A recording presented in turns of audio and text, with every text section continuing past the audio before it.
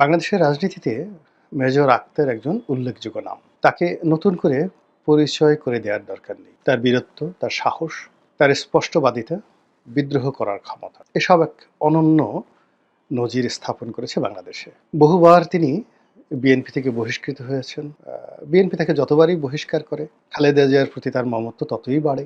আবার বিএনপি থেকে যতই তাকে বহিষ্কার করা হয়, তারেক রহমান সাহেব যতই তাকে দূরে ঠেলে রাখার চেষ্টা করেন না কেন, তিনি তারেক রহমান সাহেবের প্রতি রাগ করে কখনো কখনো এমন কিছু কথা বলেন যা কিনা আপত্তিকর। কিন্তু দিন শেষে একান্তে তার সঙ্গে যাদের খাতির আছে তারা জানেন যে তিনি তারেক রহমান সাহেবকেই নেতা মনে করেন। তিনি বিএনপির প্ল্যাটফর্মে থেকে আওয়ামী লীগের প্রশংসা করেন, অনেক সময় জামাতেরও প্রশংসা করেন।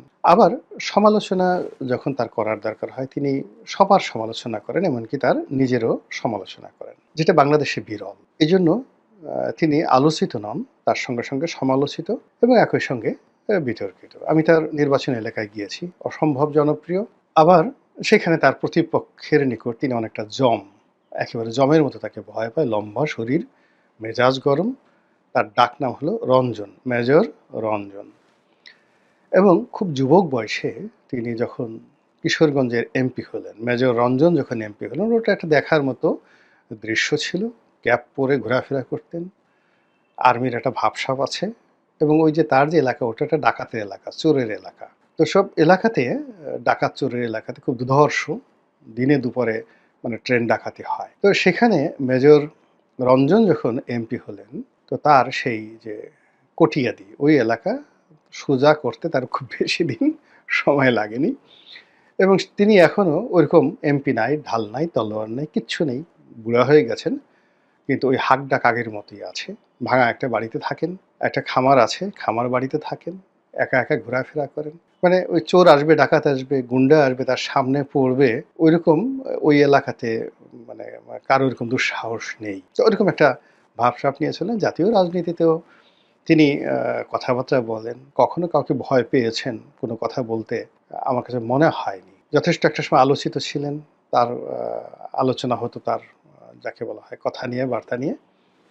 তো ইদানিংও তিনি বেশ একেবারে চোখালো চোখালো, ঝাঁঝালো ঝাঁঝালো কথাবার্তা বলছেন ডক্টর মোহাম্মদ ইউনূসকে নিয়ে। কিন্তু যেটা হলো যে আমি গোলাম মোল্লা রনি, গোবেচারা মানুষ, আমি একটা কথা বললে অনেকেই হাউকাউ করে ওঠে। এর কারণ হলো আমার গাল খুব নরম। মানে কাউকে আক্রমণ করার মতো আমার কোনো পেশি শক্তি নেই। আমার নামের সঙ্গে সেই মেজর নেই, ব্রিগেডিয়ার নেই, কর্নেল নেই, কিংবা টাকা পয়সা, ধনসম্পদ যা কিছু দরকার ওই জিনিসগুলো নেই। ফলে আমরা যখন কোনো একটা সরকারের পক্ষে কথাবার্তা বলি, সবাই এখানে হাউকাউ করে ওঠে। কিন্তু মেজর আক্তারকে যদি কেউ শালা বলে, তিনি তাকে সুধীর ভাই না বলে তিনি ছাড়বেন না।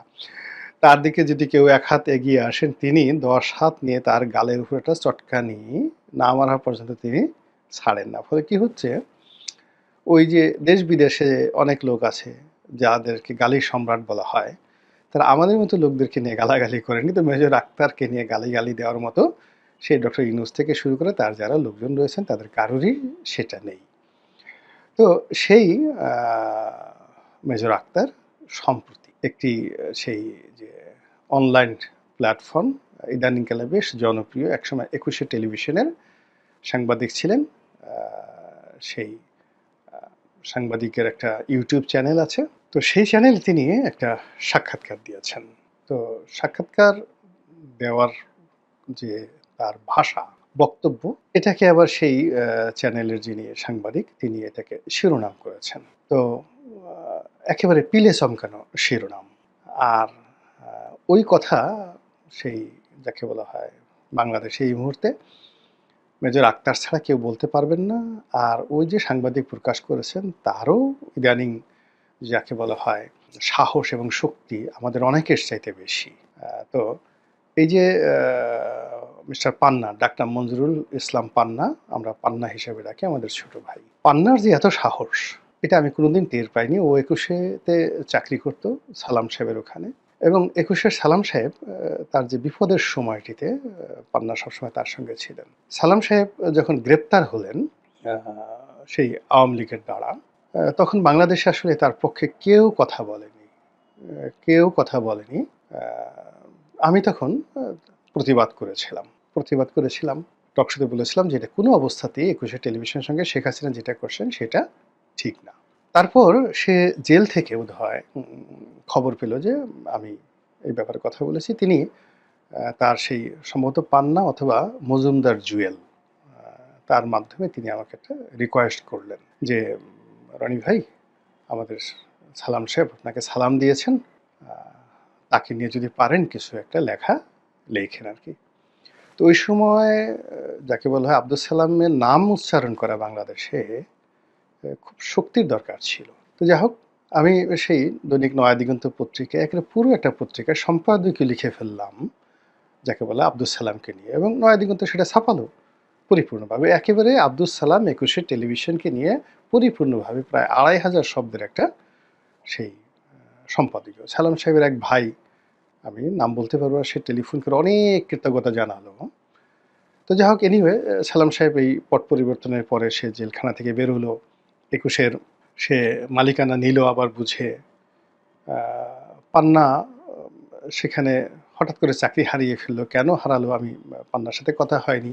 এখন সে ইউটিউব করে এবং এখান থেকে তার যে আয় রোজগার হয় সে সে দেখা গেল ১০ বছর চাকরি করলে যা আয় না করতো, তার চেয়ে গত ১০ মাসে তার আয় রোজগার ভালো হয়েছে। পান্না খুব ভালো করছে। সব দিক থেকে পান্না ভালো করছে। তো সেই পান্নার যে সাহস, তার সঙ্গে সঙ্গে আবার এই মেজর আক্তারের যে সাহস একত্র হয়ে গেছে। তো পান্নার ইউটিউব চ্যানেলে তিনি যেটা বলেছেন যে, আওয়ামী লীগ এত সোজা জিনিস নয়। আওয়ামী লীগ আর কয়দিন পরে সেই আগস্ট মাসকে ডেডলাইন দিয়েছে। ২০২৫ সনের আগস্ট মাসে ডেডলাইন দিয়েছেন কে?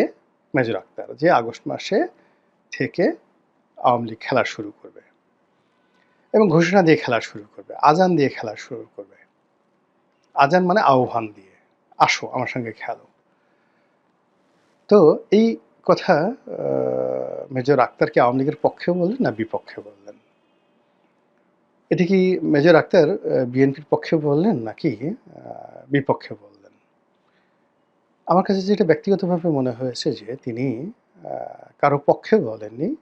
তার যে রাজনীতির প্রজ্ঞা বা অভিজ্ঞতা, তিনি শেখ হাসিনাকে খুব ঘনিষ্ঠভাবে দেখেছেন, বেগম জিয়াকে ঘনিষ্ঠভাবে দেখেছেন এবং বাংলাদেশের ইতিহাসের দুটো সন্ধিক্ষণে তিনি দুজনের খুব কাছাকাছি ছিলেন। যেমন 1/11-এর সময় বেগম জিয়া কিন্তু সিদ্ধান্ত নিয়ে ফেলেছেন যে তিনি বিদেশে চলে যাবেন। তিনি বিদেশে চলে যাবেন। আগে তো তারেক রহমান সাহেব গেছেন, এখন বেগম জিয়াও যাবেন এবং তাকে এয়ারপোর্টে নিয়ে যাওয়ার জন্য ১/১১-র সময় ব্রিগেডিয়ার বাড়ি, ডিজিএফআইয়ের ব্রিগেডিয়ার বাড়ি, বেগম জিয়ার বাড়িতে বসে আছেন। বেগম জিয়া মানে তার ব্যাগেজ গুছিয়ে সম্ভবত যে গাড়িতে করে এয়ারপোর্টে যাবেন সেই গাড়ির জন্য অপেক্ষা করছেন এবং ড্রয়িং রুমে ব্রিগেডিয়ার বাড়ি বসে আছেন। এবং ঠিক সেই সময়টিতে ক্যান্টনমেন্টের বাড়িতে, মইনুল হোসেন রোডের সেই বাড়িতে মেজর আক্তার ঢুকলেন এবং মেজর আক্তার ঢুকে তিনি বেগম জিয়াকে বললেন, ম্যাডাম আপনি এটা কী করতেছেন? আপনার সারা জীবনের অর্জন আপনি শেষ করে দিচ্ছেন। আপনি শেষ হয়ে যাবেন, দলটা শেষ হয়ে যাবেন। এবং তিনি ব্রিগেডিয়ার বাড়িকে রীতিমতো বকা দিলেন, সেখান থেকে বের করে দিলেন। ১/১১-র সময় ব্রিগেডিয়ার বাড়িকে, যাকে বলা হয় বকা দেওয়া এবং তার সামনে বেগম জিয়াকে বকা দেওয়া এত সোজা বিষয় না। আজকে বিএনপির যারা বড় বড় কথা বলছেন, ১/১১-র সময় ব্রিগেডিয়ার বাড়ির পিয়ন, ড্রাইভার, দারোয়ানের পা ধরে অনেকে কান্নাকাটি করেছেন। তো এই হলো মেজর আক্তার।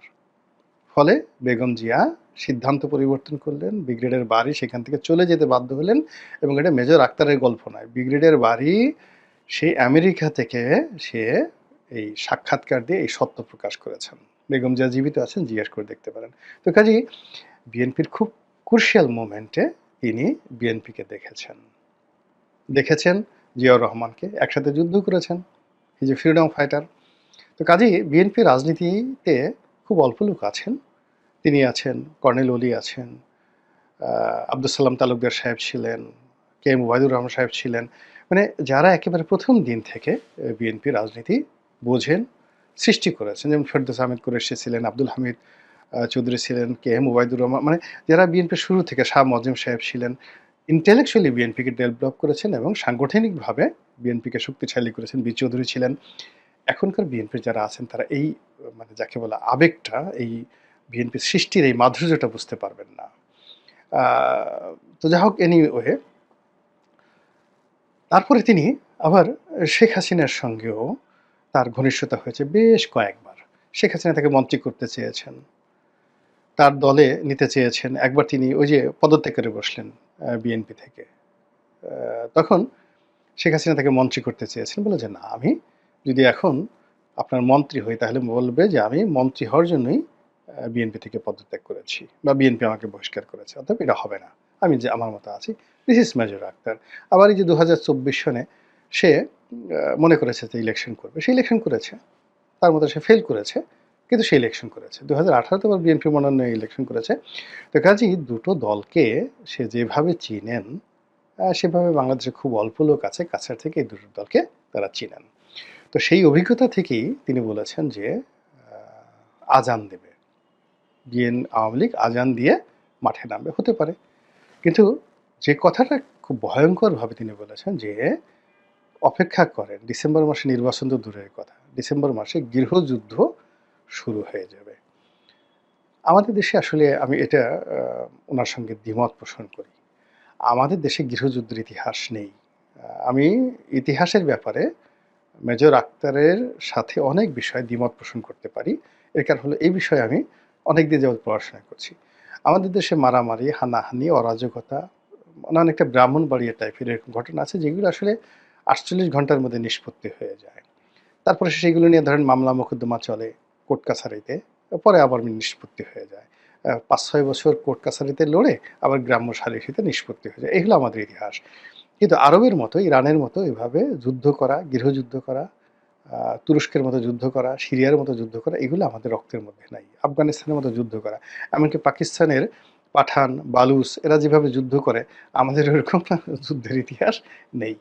ফলে আসলে বাংলাদেশে অরাজকতা হবে, অরাজকতা হবে বা হতে পারে যদি বর্তমান সরকার ব্যর্থ হয়। কিন্তু এটা নিয়ে গৃহযুদ্ধ হবে আ I do not agree. তো সেক্ষেত্রে আ আমি যে শিরোনামটি ব্যবহার করেছি যে, মেজর আক্তার কি পাগল হয়ে গেলেন কিনা? এটা আমার কথা না। মেজর আক্তারকে বিএনপির বেশিরভাগ লোকই পাগলা আক্তার বলে, পাগল বলেন। তো এটা আদর করে হয়তো বলতে পারেন। আমার সাথে তার যে ব্যক্তিগত সম্পর্ক, বিএনপির অনেক লোক যদি তাকে পাগল বলতে পারেন, তা আমিও একটু বললাম। তাতে মনে হয় না যে তারা আমার সম্পর্কটা নষ্ট হবে। আল্লাহ আমাদের সবাইকে হেদায়েত দান করুন।